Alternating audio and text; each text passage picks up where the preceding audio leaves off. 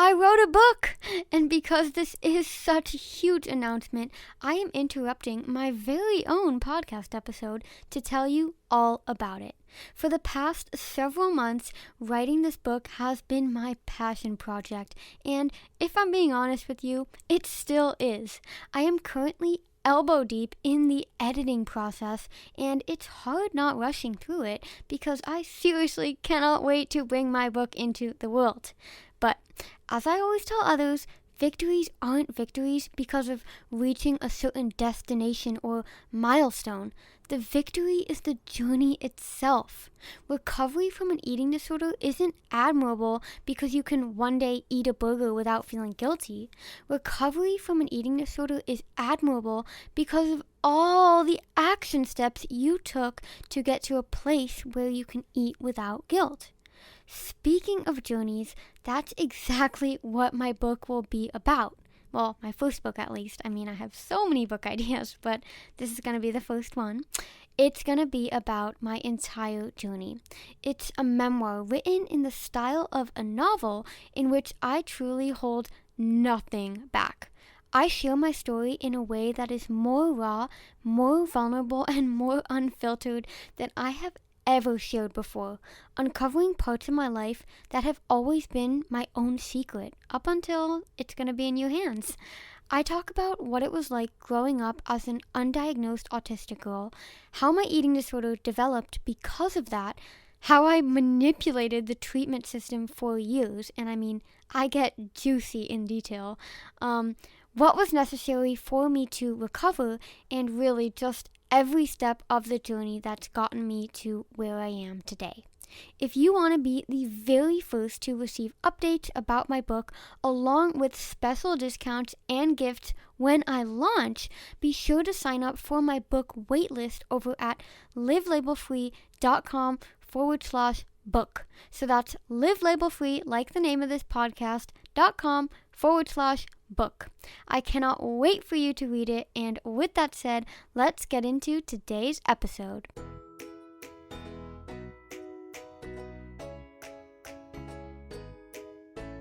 Welcome to Live Label Free, the podcast, where we talk about all things eating disorder recovery, autism, entrepreneurship, and so much more. I'm your host, Livia, and my mission is to inspire individuals from across the globe to live a life in which they feel fulfilled and free from limiting labels. I am so excited to have you here and cannot wait to dive into the episode. Today's episode is a juicy one, as I'll be sharing how my autism manifested as an eating disorder.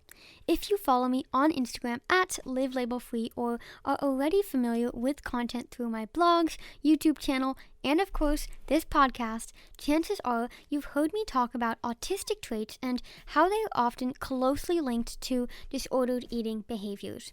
In my upcoming book, I also illustrate how my eating disorder developed based on certain personality traits, and I honestly believe the fact that my autism was undiagnosed for 20 years propelled me to turn to controlling food and exercise when I was just 11 years old. One very important thing to note before I share 5 of these personality traits is that autism did not cause my eating disorder, as autism and eating disorders do not have a cause-effect relationship. If they did, then everyone with autism would get an eating disorder. This is similar to the myth that thin models or magazines causing eating disorders to be untrue, because if thin models truly caused anorexia or other eating disorders, everyone who saw a thin model would get an eating disorder, and we all know that's not true. We are all exposed to diet culture, and we are all exposed to the media, but only a fraction of the population goes on to develop a full-blown eating disorder. A huge factor in the development of an eating disorder has to do with genetics, and we already know, or I hope you know, that autism is a genetic disability. It's something you're simply born with. It's not caused by vaccines, bad parenting, or any of those bullshit myths that people will come up with nowadays. You also cannot treat autism because it's a disability, whereas an eating disorder is, well, a disorder, meaning that you can treat it and you can fully recover from it. A disability is part of your identity, a disorder is not. There's obviously still so much research that has to be done when it comes to exploring the genetic link between autism and eating disorders, but I believe that awareness of these comorbid mental health issues is key. I believe people openly talking about this link, like I do on this podcast, my blog, my YouTube channel, and my Instagram, is also key. There are several statistics attaching numbers to probability and occurrence of someone who is autistic and has an eating disorder, but I don't believe these statistics are reliable because they don't even come close to the reality of how many people who have an eating disorder are also autistic. Just to take me as an example, I was diagnosed with anorexia when I was 11 and only found out about autism nearly a decade later. And this discovery was not even because someone else suspected it, but because I started doing my own research. Since finding out I'm autistic, I have learned so much, and that's exactly what I'm going to be sharing with you today. So without further ado, here are 5 autistic traits that manifested as an eating disorder. My first autistic eating disorder trait is that I am highly sensitive. I was a super picky eater growing up and have always been really sensitive to the way food makes me feel.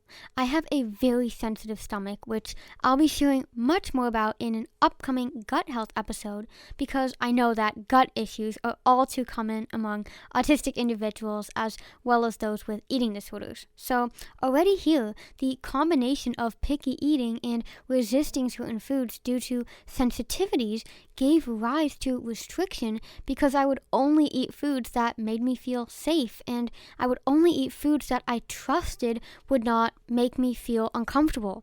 When it came to my eating disorder, these foods kept getting more and more limited up to the point where I only had a few foods I felt safe eating. My second trait is difficulty with change and having a strong preference for structure and routine. All of the traits I'm sharing today are obviously interlinked, but I believe that difficulty with change played a significant role in the prolonged duration of my battle with anorexia. Change is incredibly hard for autistic people, and this can obviously be a huge barrier when it comes to recovery from an eating disorder, because to recover, you basically have to change every single thing you are doing, whether that's branching out and eating new foods, stopping the excessive exercise, just eating more calories, and eating foods with a higher nutrient density. All of these behaviors and habits come down to changing what you are doing on an everyday basis. Autistic people cling to routine every day, just like I clung to my running routine and rigid structure during my eating disorder. But in recovery, I had to change all of these routines. And to do that, every choice I made had to be the opposite of what my eating disorder told me, which brings me to my third autistic eating disorder trait, and that is difficulty choosing. As an autistic person, I have an incredibly hard time making choices. That is why I have so many routines in place, to prevent me from having several different choices.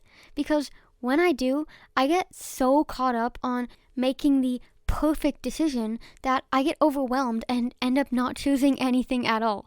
This phenomenon is actually called analysis paralysis and is very common in individuals with anorexia as well, as I unpack further in my episode Interoception in Autism and Anorexia.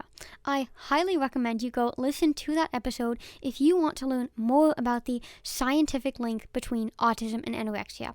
One very relevant topic I discuss in that episode is that anorexia seems to be the quote-unquote solution to analysis paralysis, because when we can't figure out the quote-unquote perfect food to eat, we end up not eating at all. And this loops back to why the development of eating disorders is so common among autistic individuals. The avoidance of analysis paralysis through food can appear on two opposite ends of the spectrum, meaning pure restriction or it can also manifest as overeating. On the restriction end, simply not eating may become a coping strategy for not having to face the decisions I just shared. When it comes to overeating, however, sometimes it's that we can't choose what to eat, that we may end up eating everything and then feeling overly full. But because autistic people are super sensitive and feeling full can feel very uncomfortable, they may turn to using dangerous behaviors such as self-induced vomiting or exercise to purge. I've personally experienced both sides of the spectrum, from simply not eating enough to abusing exercise. So if you are dealing with any or both of these behaviors, know that you are not alone and there is a way out. Have you listened to my free audio training yet? If not, you have got to get your booty over to my website right now and download the audio training, 3 Steps to Recovery from an Eating Disorder as an Autistic Person. If there is one question I get asked the most when it comes to autism and eating disorders, it's whether or not I believe it's harder for an autistic person to recover from an eating disorder. The fact that this is such a common question is really no surprise, as autistic traits are often the root cause of the disordered eating behaviors. I believe my own eating disorder was simply a manifestation of my autism.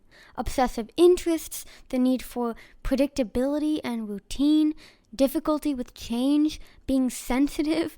As soon as you mix food and exercise into this autistic assemblage of traits, it's literally a recipe for an eating disorder. So then how does an autistic individual approach recovery from an eating disorder? Well, that is exactly what you will learn in my free audio training. While listening, you'll be guided through 3 simple steps to give you the clarity and confidence you need to use your autism to your advantage in recovery. It's like having a private coaching session with me on demand. To listen to the free training, all you have to do is head over to livelabelfree.com/free-audio training, and you'll be on your way to learning the skills to fully recover from an eating disorder as an autistic person. Achieving a state of full recovery from an eating disorder will be a different journey than for someone who is not autistic, but that doesn't mean it has to be harder. I did it, which means you can too. Now, let's get back to today's episode.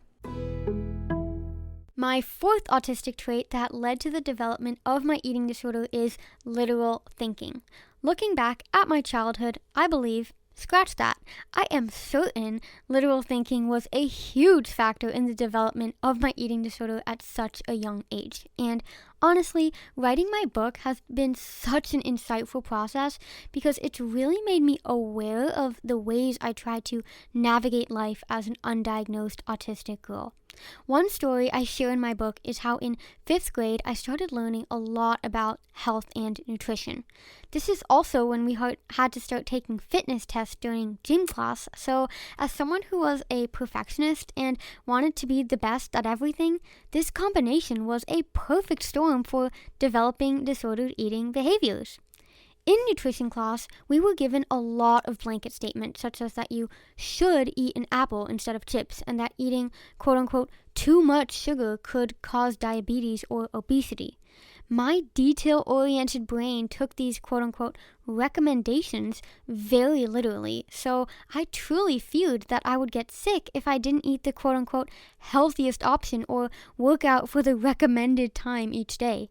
Quickly, my latching onto these recommendations became super obsessive, which leads me to the 5th and final trait I'll be sharing today, and that is having an obsessive personality, because we all know that disordered eating just revolves around obsession, whether that be obsession with healthy eating, more specifically the case with orthorexia, obsession with calorie counting, and an obsession with exercise. An eating disorder should honestly better be called an obsessive disorder. As anyone who struggled with disordered eating knows, it's not actually about the food or exercise, or dare I even say about the relationship with the food or exercise.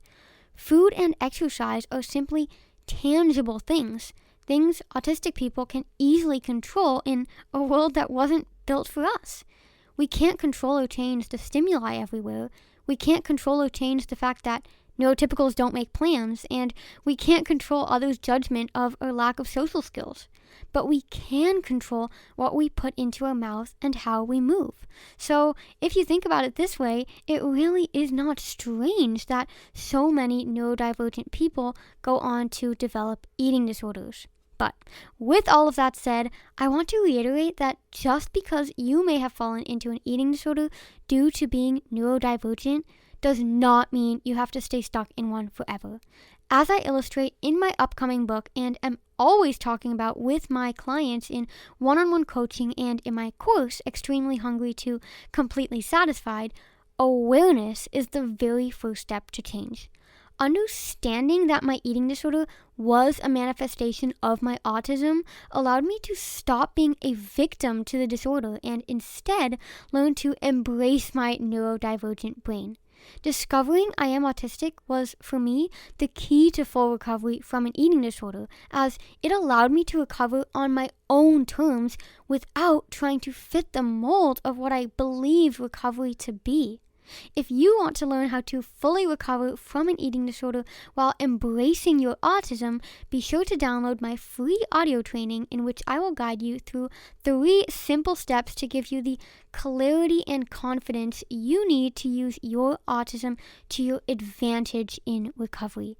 It's honestly like a private coaching session with me on demand and packed with so much value. So I'm super excited for you to listen. I'm also excited to catch you in the next episode. So bye-bye for now.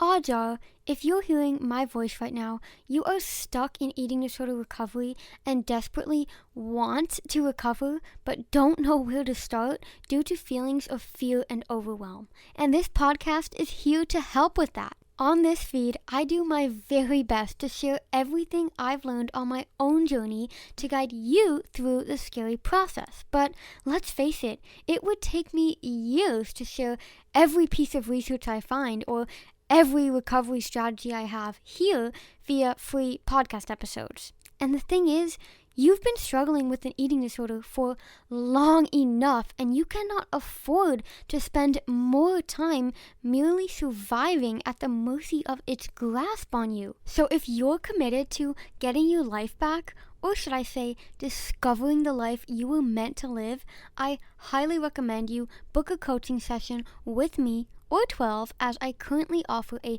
12-week coaching program, and after many requests, I also offer single sessions, so you can book however many of those as you may need, and together we will work on shifting your mindset. We will create a roadmap of the life in which you're living to your highest potential, and we'll come up with action steps that are feasible for you and your life, because nothing is worse than feeling overwhelmed.